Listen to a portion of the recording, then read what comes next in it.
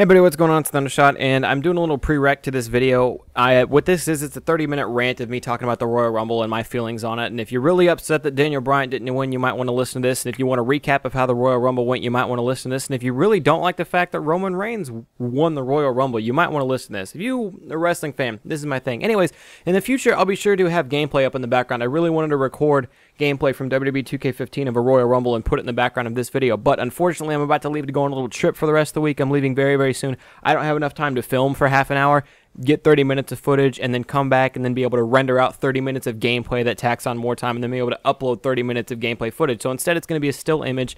Go grab a snack, open up your, play a game, check your Facebook, do your Twitter thing, follow me on Twitter, link should be down below. Do all that stuff, and I know it's boring to not have any video in the background, but in the future that problem will be solved. For now, if you can just listen to it as if it were a podcast, I would greatly appreciate that. Anyways, I hope you guys enjoy. Thank you. Alright everybody, what's going on? It's Thundershot, and we're going to do something a little bit different today. So if you come out to my Twitch live streams very often, you'll know I'm actually a pretty big wrestling fan. And you'll know like a few things about me, have a little bit of history with wrestling and whatnot. But if you are on the YouTube channel, you might not know it, but once again, I am a bit of a wrestling fan, and I pay attention, I play very closely. I don't necessarily, I'm not in love with it enough to watch SmackDown, because nobody watches SmackDown, but I do catch I do catch Raw every single week. I am forced to watch the shitty 90-minute compressed Hulu Plus version, but I do catch Raw every week, and I do have the network, so I catch all the pay-per-views, and I go back and watch old matches all the time. For only $9.99, they're not sponsoring me, I just had to say that. But I do keep up with the WWE stuff, and I did watch the Royal Rumble last night. So this is your Royal Rumble recap. Actually, to me, it just happened a couple hours ago. I'm doing this on Sunday night. I'm posting it Monday. Sue me, it's not bad. I don't know why I'm talking about that. Anyways, this is the Rumble recap. So I'm going to go through every match, and obviously going to spend the most time on the main ones at the end, but I kind of need to hurry up because I have a lot to say, and I don't know how much time it's going to take me to say it, but I do not want to bore you guys to death. So without further ado, I believe I remembered every match. The Rumble doesn't have a lot of them, so if I forgot one, I'm sorry, but that probably makes it not that important. Alright, so let's start out with the New Age Outlaws versus Ascension.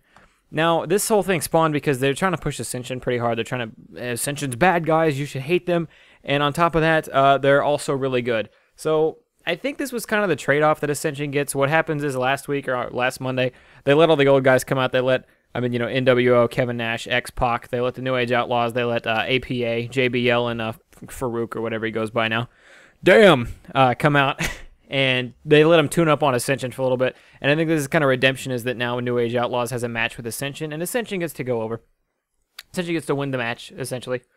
Whatever. I'm sorry. Ascension wins the match, and that's just how it works.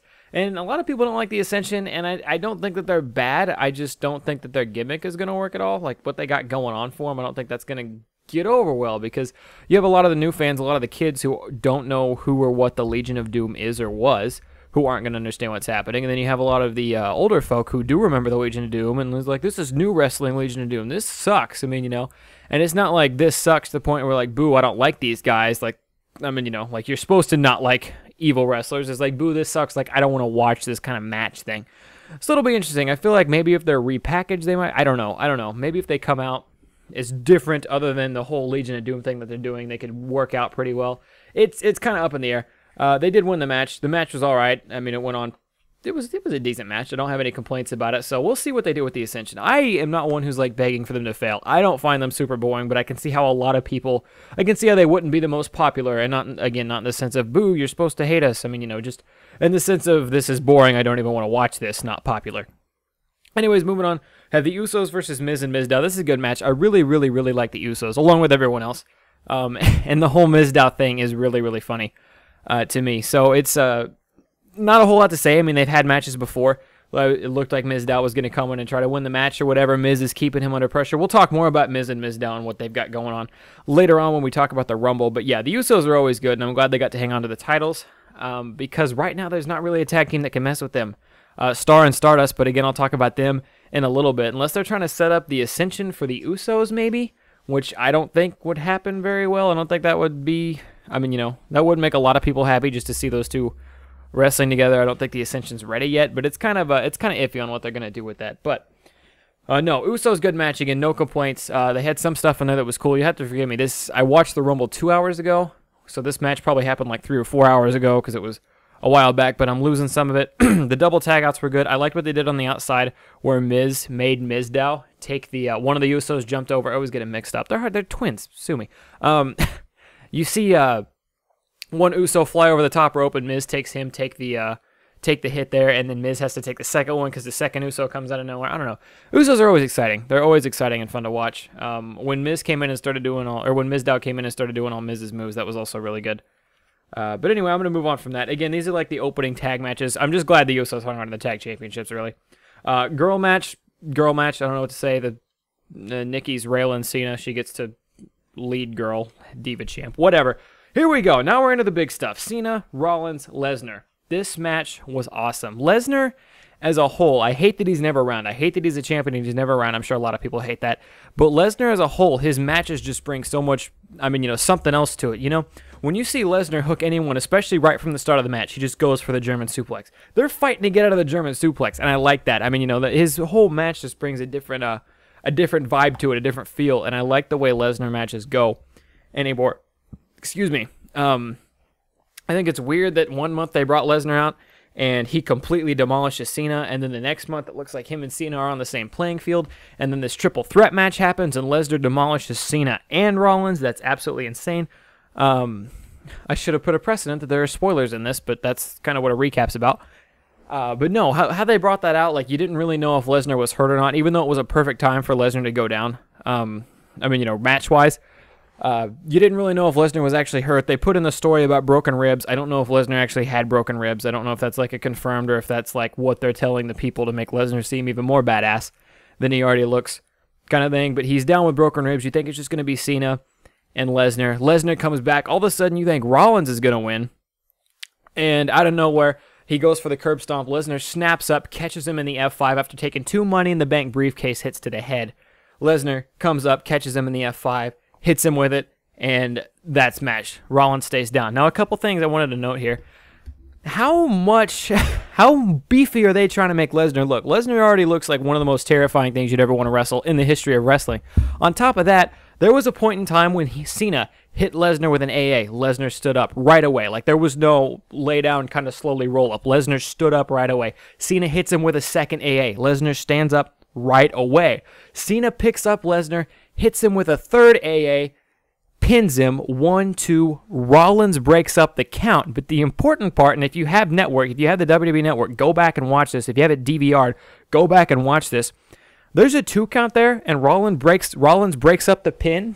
But after 2 AAs, Lesnar kicks out. Lesnar lifts his shoulder up. Lesnar physically kicks out of 3 AAs in a row, which is just nuts. And again, I don't know if this is like Lesnar doesn't know if Rollins is going to be there to break. Wrestling's fake, by the way. Not fake. Wrestling is scripted. You don't fake falling off a 20, 40-foot ladder and going through a table. They actually take everything you see them taking. Cena gets German suplex. That hurts. Rollins elbows Lesnar through a table. That hurts. It's not fake. It's scripted. But no. So is Lesnar, like, after 3 A's thinking maybe Rollins isn't going to be there to break up the pin and I have to kick out? Or is Lesnar just kicking out? After the 3 AAs, Rollins gets in, breaks up the pin, throws Cena out of the ring, hits Lesnar with a curb stomp, goes to pin Lesnar, 1-2, Cena breaks up the pin. But again, go back, look at it on the network, on your DVR, whatever you have it on if you still have the Royal Rumble available to you. Despite Cena breaking up the pin, Lesnar still kicks out. And I don't mean kicks out like it was a 2 count and the pin was broken up. I mean like he lifts his shoulder off the mat. If Cena hadn't been there to break up the pin, Lesnar still would have kicked out. And again, I don't know if this is Lesnar thinking maybe Cena won't get back in the ring in time, maybe I need to kick out, or if they are just trying to make Lesnar look so insanely monstrous that he can take 3 AAs in a row and a curb stomp and still kick out at late 2. But that's absolutely nuts. But no, they had a fantastic match. There's a lot of points to note. Lesnar's German suplex everyone around the ring. It actually looked like Rollins was going to snag the win there for a little bit, which would have been weird. I was just glad Cena didn't walk away from it. And kind of a telltale, and I talked this over with my friends, but I can tell you guys whatever I want. You don't have to believe me. Everything you hear on the internet's true, kids. No, but there was a point, like I was telling my buddies, like, Cena isn't going to win, and I didn't think Cena was going to win for the sole reason that Ziggler, Ryback, and Eric Rowan's jobs were on the line. They were going to be put on the line at Royal Rumble, but instead he brought them back like the week before on Monday Night Raw. And if Cena was really going to win, they would have made the Royal Rumble even bigger. They would have had the job. They would have left the jobs on the line until Royal Rumble. Cena would have had to have won at the Royal Rumble in order for them to get their jobs back. And because they brought them back early, that was kind of like, to me, like, they wouldn't make the Royal Rumble smaller if they, I mean, you know. But that's just kind of like, that was just like the telltale for me, is they decided to bring him back before the Rumble. If it would have been that important, if Cena was going to win, they would have waited and said, okay, Cena, you win at the Rumble, they get their jobs back. Because that way it would have made Cena's victory more meaningful and awesome and badass or whatever. So that was kind of, to me, like, Cena is going to win this match. But I'm just glad Cena didn't win that match. I'm so glad Cena didn't win that match. And I don't hate John Cena. John Cena can be put in good feuds with other people. I would prefer to see him away from the title for a while, because we have seen so much Cena in the last 10 years. It's just stupid. Like, people are just tired of seeing Cena that much, especially around the title. You put him at, like, upper mid-card, I mean, you know, lower top card, I don't even know how you refer to that as. It doesn't bother me. He can be there, but just give us new faces around the title, and that's what I'm looking for. And as much as it makes me angry that Lesnar's always gone or never at, like, Monday Night Raws, hardly ever, I am glad that somebody else is hanging on to the title, and I'm glad they're making Lesnar look like such a monster. But no. How long is this video? All right, we're over the 10-minute mark, and we haven't hit the Rumble yet. That's not good. All right, so here we go. Royal Rumble time. By the way, I love that match. It was super sweet, and I only hope Cena doesn't come out and bitch that he wasn't the one who was pinned in the triple threat match on Monday night. We'll see. Or tonight, by the time you guys see this video. Moving on, we have the Royal Rumble. I'm just going to go over a couple key points of interest here. Who the hell started? I don't even remember who started. Who was number one wasn't even important. Oh, it was Miz. Miz came out and he was number one. R-Truth comes out and does his whole, he sings What's Up all the way to the ring. And everyone's like, why the hell are we even bothering with R-Truth? R-Truth hasn't been important in like 3 years. But R-Truth's coming out and he gets to sing What's Up the whole time back and forth. And everyone's like, this doesn't make any sense. What's the point of knowing what's up? Like R-Truth, whatever. This is kind of a disappointing first two. But the reason was that was a setup, because entrant number 3 in the Royal Rumble happened to be the return of Bubba Ray Dudley. If you did not see the Royal Rumble, you did hear me right. The return of Bubba Ray Dudley. Now, I say return. I don't know if this is his return or if he was just kind of swinging by to say, hey, what's up, bitches? I was at the Royal Rumble or what? But Bubba Ray Dudley came out as number 3, and I'm guessing they couldn't sign Devon because Devon didn't come out, and instead of Devon, they just plugged in another black guy, and they're like, R-Truth, you go get it. You can totally take the spot of Devon. And he's a black guy, but number 2, it works because R-Truth says what's up all the time, and not very long after Bubba comes out, he has Miz down, he holds both of his legs back, and he looks up at R-Truth, who happens to be on the top rope. They do the what's up, R-Truth fucking headbutts Miz right in his ball sack. It was glorious. Then I believe he tells him to get the tables. My network cut out, my WWE network cut out a little bit there. But I believe he tells him to get the tables, and R-Truth doesn't actually end up ever getting the tables. But we got to see Bubba Ray do some pretty cool stuff. So it was kind of cool to see Bubba. And again, I don't know if he's like returning to the WWE or if he's just kind of swinging through or what the deal on that is. But it was a very, very surprising number 3 entrant to see Bubba come out. After that, Bray Wyatt, who I am normally not a very big fan of, dude can talk to hell and back. Bray Wyatt's an amazing, I can listen to him talk for a long time. That's fine. His in-ring ability has always been meh to me. It's always been okay. Him and Ambrose had some good matches. I think him and Ambrose's feud went on way too long. But him and Ambrose have good matches, or had good matches. I hope to God their feud's over now, because they wrestled for a very long time together. It felt like they wrestled 1,000 times. It was nuts. But him and Ambrose had some good matches. I really like Ambrose has got a good style. I feel like Ambrose can carry that kind of stuff. But again, Bray Wyatt, he's like meh. He's like slightly above average, but he's not great in ring to me. But I liked what he was doing in the Rumble. He was taking people out. He was throwing them over the top rope. He was keeping me entertained with what he was doing. And it might have just been the fluctuation of new people coming in to get their ass kicked by Bray Wyatt. But then all of a sudden, they bring out Boogeyman. And Boogeyman, if you don't know, he's a dude that only shows up like, well, pretty much once a year anymore at the Rumble. But he barely ever shows up anymore. But Boogeyman is known as being like the creepiest, freakiest, one of the weirdest dudes to ever walk through WWE. So what I was hoping is that they were going to come in, they were going to have like a freak off, and who can be like the weirdest motherfucker around, and then they were going to wrestle for a little bit. Bray Wyatt can win that, whatever. That doesn't upset me. But what happened instead is Boogeyman came out, did like a 2.5-minute entrance to even get to the ring. Once he gets to the ring, he's like, I'm the Boogeyman, I'm creepy as fuck. Bray Wyatt just leans over, he does that thing where he grabs the ropes, then he leans back and his beard flows and his eyes are real big. And apparently that freaked Boogeyman out so bad he didn't know how to wrestle anymore. Bray Wyatt throws him over the top rope, and he's gone. And that was really disappointing. I was hoping they would at least battle a little bit, and then Bray Wyatt can throw him out kind of thing. But it was just, Bray Wyatt just leans over, he's like, I'm creepier than you, and then he throws Boogeyman out. So I felt like they could have done stuff with that they didn't. But I'm not amazingly disappointed at it. There was the Wyatt family, when Bray Wyatt first came out, him and Luke Harper were the only ones left in the ring. Then they decided to team up. Eric Rowan beat up Curtis Axel on his way to the ring, and Eric Rowan put himself in the Rumble even though he wasn't supposed to be. What happens if he wins? Does that count? Like, who knows anymore? I don't know. Luke Harper and Bray Wyatt teamed up on Eric Rowan. It looked like it was weird. It looked like we didn't know who Luke Harper was going to side with for a while. It was kind of goofy. But they ended up throwing him out. So that's, again, just more non-important stuff. Bray Wyatt and Luke Harper are still friends. They still don't like Eric Rowan, I guess. Moving on to there, Diamond Dallas Page, DDP came out, made an appearance at the Rumble, hit a lot of people with the Diamond Cutter, shut a lot of folks down, and then Rusev came out, put a stop to that, kicked him, threw him over the top. Rusev looked like a monster most of that match. I believe it was Rusev who threw him out. It might have been somebody else. I'm pretty sure it's Rusev. I'm sorry if I get some of this stuff mixed up.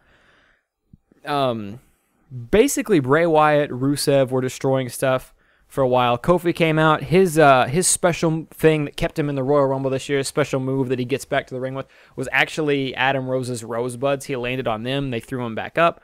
He got into the ring, then he immediately got thrown out. Big E was in the ring for a while. Big E Langston was in there with Rusev and Bray Wyatt. And there was another fourth one. Oh, I think Reigns was the other fourth one. Reigns came out at number 19, I believe. But they didn't do anything with Reigns. It was really weird, because leading up to the WWE, or to the Royal Rumble, they had the Legends cast like a week before, or yeah, last Monday. They had the Legends cast come out, and they all said who they thought was going to win, none of which picked Reigns, which was weird. But then the Big Show came out. He punched Flair. Reigns came out and knocked the Big Show over. So, I mean, they didn't mention Reigns, but Reigns ended the thing. But nobody ever really hinted at Reigns winning, even though everybody kind of knew Reigns was going to win. So it was weird. And then when Reigns came out, he didn't like go ham on everyone. He hit a couple clotheslines, and then after that, he was just kind of sitting in the corner for the rest of the Rumble. You know what I mean? Like, he didn't ever blow up and get big and do anything super awesome, which was just goofy to me.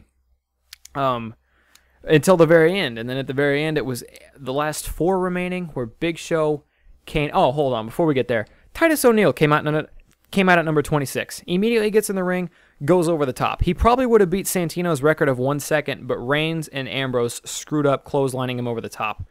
So they had to do it twice to get him over. They had to pick him up and throw him over. But why are you going to waste a number 26 entrance spot on Titus? Another thing that bothered me is they didn't keep number 30 a mystery. They said before the Rumble started that Ryback and Dolph Ziggler had earned their way into the Royal Rumble, and they were going to be able to participate in the Royal Rumble match. And number 29 was Big Show, and Dolph Ziggler hadn't come out yet. So we all knew who number 30 was. That wasn't like a question. They explained that earlier, that Dolph Ziggler was going to be in the match, and 29 people later, Dolph Ziggler's not in the match yet. We know who number 30 is. Now, I'm not saying 30 has to be a surprise every year or anything, but that was one of those things. But no, they ended up throwing Ziggler out. Daniel Bryan, I forgot to talk about Daniel Bryan. He came out at he either came out or got eliminated around number 11. I think he came out at number 11. Got eliminated by Bray Wyatt. Bray Wyatt pushed him off the top rope or threw him over the top rope. It was something weird. The whole crowd didn't like it. How could Daniel Bryan lose? I'll talk more about that later. But anyway, it comes down to Dean Ambrose, Roman Reigns, The Big Show, and Kane, and the crowd is still into the match at this point. Also, something important to note, Rusev has been choke slammed by Kane earlier, rolled out of the bottom. He took like a high bump on it. He took like a high hit on the back of his neck almost when he landed on the choke slam, rolled out of the ring from the bottom rope, so he's technically still in this. But anyways, it comes down to Big Show, Kane, Reigns, and Ambrose, and it's Ambrose and Reigns versus Big Show and Kane, essentially. Well, they end up getting, the big guys end up getting the upper hand. They throw a knockout punch to, Big Show throws a knockout punch to Ambrose, or choke slams him, one of the two, I'm sorry. Then they pick Ambrose up and they lop him over the side. And they'd been doing that with people. They hit someone with a big knockout punch, pick him up, lop him over the side. I think they might have done that with Ziggler. Hit him with a knockout punch, pick him up, lop him over the side. They did that with a couple people. Just hit him with a big move, then they both just kind of pick him up and drop him off the edge, and then they just fall out of the Rumble. They're completely unconscious, whatever. So it's Kane and Big Show left with Reigns, and at this point, we all know who's going to win the match, right? We know Big Show's not going to the Royal Rumble. We know Big Show's not going to Mania for a main event. We know Kane's not going to Mania for a main event. That would just be weird and stupid unless it's like Kane's big last hoorah, but it's not. So we know Reigns is walking away with this one. And the crowd is booing, and I can understand why they're booing. If I was in the crowd booing, it's not because I dislike Reigns or because I didn't want Reigns to win the Rumble. It's because this ending is going to suck. We already know this ending is going to suck. So they're shoving over Reigns over the top rope. Kane and Big Show are together, and then all of a sudden Big Show tries to flip Kane over the top, and Kane doesn't go, and then Kane and Big Show are mad at each other, but Roman's not all the way out yet. They start feuding. They both have each other's necks set up for like this weird double choke slam thing, and then they walk each other over to the side of the ring, and then Reigns gets up, and he flips them both over. He picks them both up, strong arms them both. They both flip over. The bell rings, which I thought was important. The bell rings, and Roman Reigns is declared the winner. And everybody is booing, and again, if I'm in that crowd booing, which I wasn't at the Royal Rumble, but if I was a person in that crowd booing, I'm not booing because Reigns won. I'm booing because the end of that match was garbage. The end of that match was just bad. Like, they could have set it up so much, like, if it was up to me, if I was able to choose how that would work. Get it down to, like, Reigns and Big Show. Like, and I know that ending sucks too. Let Ambrose and Kane kind of throw each other out, or let Kane throw Ambrose out, and then Reigns immediately throws Kane out, and then it's, Reigns and Big Show, and let Reigns do something epic to knock Big Show out, then let Rusev come back in the ring, and they both go at it for a while, and somehow Reigns barely wins that. That, to me, could have been a better ending with what they had to work with, but that's not the case. So Reigns ends up tipping out both Big Show and Kane. I've gone over 20 minutes already. I'm so sorry about this video length. Reigns ends up tipping out both Big Show and Kane, and he's the winner. And Kane and Big Show both get really mad, and they go back in the ring, and they start beating the shit out of Reigns. And Reigns is, like, bleeding all over his face. Somebody scraped him earlier. It was bad. Beating the shit out of Reigns. The Rock comes out for some reason. If you smell, The Rock's back, I guess. He goes running up, and he saves Reigns. He takes out, Kane and the Big Show, and Reigns gets up, and he Superman punches the Big Show, and The Rock leaves. The Rock leaves Kane and Big Show on the outside of the ring, dead pretty much. They've been annihilated by The Rock and stuff, by The Rock and Reigns. And Reigns is in there celebrating his victory. The crowd is chanting, "We want Rusev," because Rusev is not back in the ring yet. Rusev gets back in the ring. Reigns turns around, sees him in time. Rusev misses a clothesline. Reigns bounces off the ropes, comes back, spears the tar out of Rusev, gets him up, points at the WrestleMania sign, throws Rusev over the side, and the crowd is still booing. And again, booing at the trash ending, maybe. Booing at the fact that, I don't know, they seem to like The Rock. They were really pumped about The Rock. But booing at the fact that we didn't need The Rock, right? Why is he here? Who is he going to feud with? Because if he feuds with Big Show or Kane, that's a waste. You know what I mean? Like, but they're booing the crap out of Reigns. And the main thing I saw on Twitter on why people were upset that it's Reigns is because it wasn't Daniel Bryan, or it wasn't Dean Ambrose, or it wasn't Dolph Ziggler. Now, Daniel Bryan... Dear Daniel Bryan fans, I do not hate Daniel Bryan. Daniel Bryan's a fine wrestler. He's entertaining. He's good, whatever. But to everyone who thought Daniel Bryan was going to win this match, what's the matter with you? No, like, really. Let me break this down for you real quick. I almost made this specific part its own video just for Daniel Bryan fans. I still might cut it up and make it its own part. I don't even know. But take this into consideration, right? There's a superstar. He's been injured. He's been out for like 9 fucking months. He's been out for a very long time. Comes back out of nowhere, enters the Royal Rumble, and he wins the match. And that's, right? The crowd should cheer that. Yes, someone comes out of nowhere. Why wouldn't the WWE let this superstar who's been gone come out of nowhere and win the Royal Rumble and get guaranteed a shot at Mania, even though he hasn't been there in a while? Everyone's going to love him. Why wouldn't the WWE do that? Oh, they did do that. They did that last fucking year. 1 year ago, Royal Rumble last year, Batista. How did that turn out? Oh, everyone fucking hated him. Everyone hated him. There's no way they were going to let Bryan come back and do the exact same thing when Batista got completely shit on over it. Oh, Thundershot. Daniel Bryan, Batista are not the same guy. Daniel Bryan's way more entertaining. Yeah, well, Daniel Bryan and Batista are not the same guy. You want to know how I know that? Because Batista wouldn't have got injured the moment he got the title. And we wouldn't have had to deal with Cena for another however many months we had to deal with Cena as champion once Bryan lost it. And that's the other thing. Bryan got injured. He had the title for like 5 seconds, and he got injured. You cannot let that be. I mean, you can't bring that guy back who just came off a 9-month injury. He finally climbed his way to the top. You finally trust him. You say, okay, we can put our faith in this guy. You give him the title, and then he gets injured right away. First thing that happens, injured, 9 months. He can't come back, and then you just do that again. You got to wait to see if if he's going to get injured again, see how he's playing out, see if he's recovered from his injury okay or not. Like, that's why Daniel Bryan didn't win, and that's why you shouldn't be upset Roman Reigns won. A lot of people were wondering, like, I'm going to say Seth Rollins. I feel like people aren't mad about it because Seth Rollins wasn't in the Rumble. But people are looking for guys like Seth Rollins, people like Ziggler, people like Dean Ambrose to win the Royal Rumble, to face Brock Lesnar at WrestleMania. And I want you to legitimately think about this. I'll take Rollins, even though Rollins isn't Ambrose or Ziggler or whoever the hell, third person, Rusev. It's Rusev. Who is Rusev beaten if you're a Rusev fan? If you're one of those people chanting, let's go Rusev, and you were upset because you thought Rusev was going to throw Roman Reigns over the top when he came back in, who is Rusev beaten?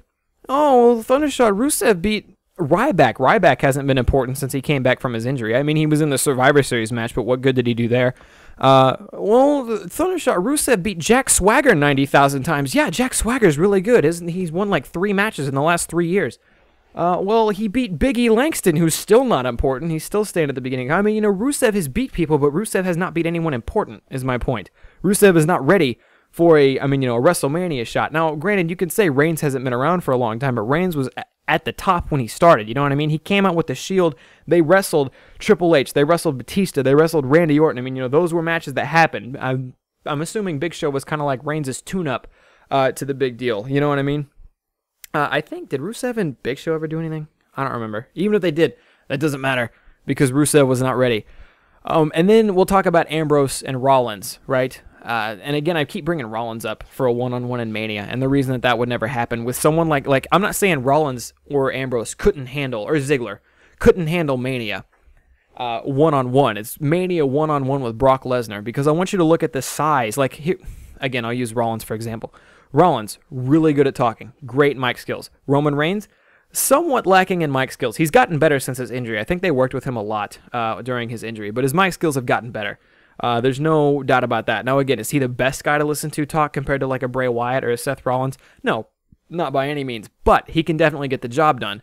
Example, you can give him a manager. Lesnar can't talk for shit, and Lesnar's the champion, so mic skills not 100% important. They definitely matter, but you can give that one to Rollins. In-ring work, again, Reigns has gotten better since his injury. He's been growing as a singles wrestler for a while now, getting better. But you can argue with me that Rollins is a better in-ring worker. He's got those flips. He's got a bunch of different moves he does. He's exciting. He goes off the top rope. Rollins brings all this to the table. You can take that Rollins is a better talker, or a better speaker, whatever. You can take that Rollins is a better in-ring worker to me, and you can tell me that's why he should be at the main event at WrestleMania. But because it's Brock Lesnar, and because Brock Lesnar is as scary as he is, nobody in their right mind would ever actually believe that a guy Seth Rollins' size, who's done what he's done in the WWE, could beat Brock Lesnar in a one-on-one. Nobody's going to believe Dolph Ziggler can go out there and beat Brock Lesnar, especially after Brock Lesnar demolished Cena like he did. Demolished Rollins and Cena like he did. You know what I mean? Nobody, like as badass as Dean Ambrose is, as much of a hardcore dude as he is, nobody's going to believe after he lost to Bray Wyatt a couple times in those feuds that Ambrose is going to be able to come out and beat. So that's why, like, you can be mad at like the shitty ending of the Royal Rumble because the ending was bad. Do not be mad at the fact that they gave it to Reigns. They've been building Reigns up for a while for a reason. Reigns is a big guy. He looks like the only one who can handle it. And the one thing I'm going to say that I would change before I go, because this is going to be a 30-minute video, and I'm sorry about that. Maybe I should cut it up into 2 parts. What the hell do I know? The one thing that I'm going to say before I go today is Reigns before his injury looked a lot scarier than Reigns after his injury. And I think, one, it's because they put him with the Big Show, and two, in the Rumble, they tried to make him look like a comeback, come out of nowhere, he barely did it kind of thing. Kind of like Dolph Ziggler at Survivor Series, like he was barely able to do that. How did he pull that off? Reigns, before he got injured for that month, he was gone for a month, or 2-3 months, I'm sorry. It wasn't like a 9-month injury like Bryan had, but he was gone for a little bit. Looked like a monster. He could handle anyone in the ring. There were times when him and Cena would go toe-to-toe and Reigns would win. There were times that Triple H and Reigns went toe-to-toe and Reigns would win, and he looked completely indestructible. He looked like an undeniable machine, and that's the guy that I wanted to see face Brock Lesnar at WrestleMania. Since he came back from his injury, they put him in there with the Big Show, and he didn't dominate the Big Show. He beat the Big Show. He knocked the Big Show out of the ring. He made the Big Show scared. He did not dominate the Big Show. Big Show got good punches. Big Show got to beat him up. There were 2v1 situations on past like Raws and SmackDowns where they got to beat Reigns up, and that wasn't good for him. Nobody picked Reigns as a clear-cut winner. Reigns didn't come out every week and say, I'm going to win the Royal Rumble. I'm a fucking machine. I'm going to be able to wreck this. He came out and he was focused on beating the Big Show, and that was like his main thing. I didn't like that. Reigns should have came out and been like, yo, this is going to be me. I'm going to be the one to do this. He should have been bigger on winning the Rumble than Daniel Bryan was. And then when the Rumble match actually came out, like I said before, they brought Reigns out, and what did he do? He sat in a corner. He didn't, like, he threw a couple clotheslines, he sat in a corner until the very end of the match when it was him and Dean Ambrose left, and then he threw 2 guys out, he speared Rusev, and he threw him over the top. That was the extent of Reigns' badassness. That to me doesn't make Reigns look as scary as you should. You should have had Reigns come in there. If there's a 2v1 left with Big Show and Kane left in that match, Reigns needs to train wreck both of them, put them both down, leave no doubt in anyone's mind that he is the guy who can knock out Brock Lesnar, because now that you have him as like this comeback kid story, everyone's booing him, and again, it's probably because Daniel Bryan didn't win. But a lot of you guys probably disagreed. I probably already had people dislike the video, unsub, kill themselves, because they did not like what I had to say today. If you differ in my opinion, that's entirely fine. Let me know what you think in the comment section down below about anything I've said today. I've rambled on for far too long, but that is my Royal Rumble recap. I hope it didn't bore too many of you to death. If you want me to do more stuff like this, let me know. If this gets good views, likes, comments, things like that, I'll think about bringing this kind of thing back in the future. But thank you guys for coming out. Hope you guys enjoyed. As always, I am Thundershot, and I'm out. Peace, guys.